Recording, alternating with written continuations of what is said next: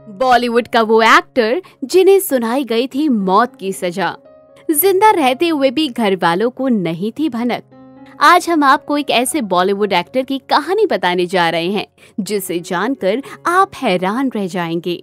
ये कहानी है दिग्गज फिल्म अभिनेता नजीर हुसैन की, जिन्होंने मनोरंजन जगत में तो नाम कमाया ही है, उससे पहले उन्होंने देश की आजादी के लिए भी लड़ाई लड़ी थी। बॉलीवुड के दिग्गज अभिनेता नजीर हुसैन साल 1948 से सन 1996 तक फिल्मों में सक्रिय रहे थे।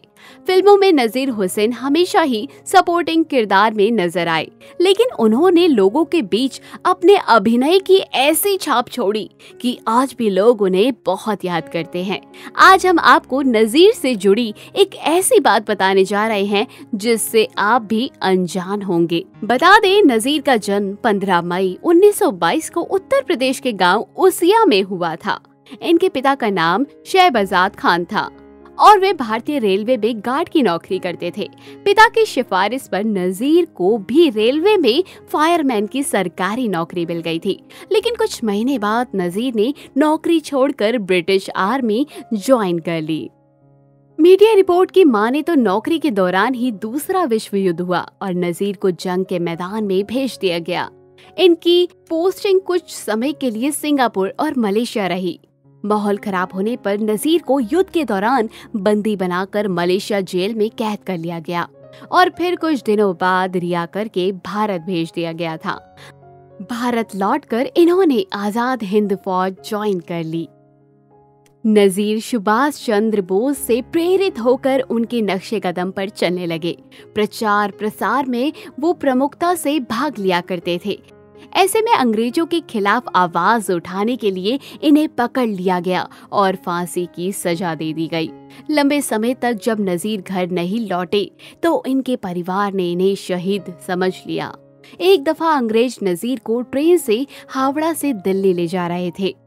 इसी दौरान नजीर ने चुपके से एक पेपर पर अपने सकुशल होने की चिट्ठी लिखी और जैसे ही दिलदार नगर जंक्शन आया तो उन्होंने खिड़की से कागज को फेंक दिया। तब जाकर उनके घर वालों तक उनकी जानकारी पहुंची।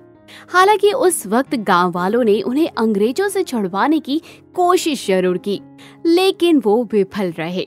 बाद में जब देश आजाद हुआ तो नजीर को रिहा कर दिया गया।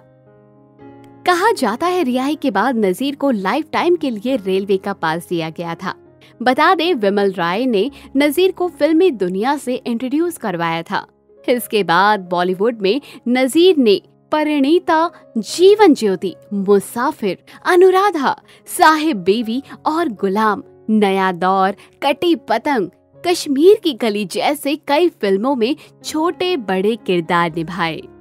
भारत के पहले राष्ट्रपति राजेंद्र प्रसाद की 1960 में नजीर से मुलाकात हुई थी।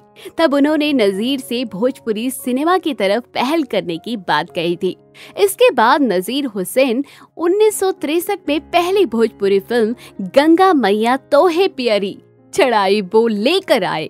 कहा जाता है कि तभी से भोजपुरी फिल्में बननी शुरू हुई थी। ऐसे मोर अपडेट्स के लिए हमारे इस प्यारे से चैनल को जरूर सब्सक्राइब कीजिए।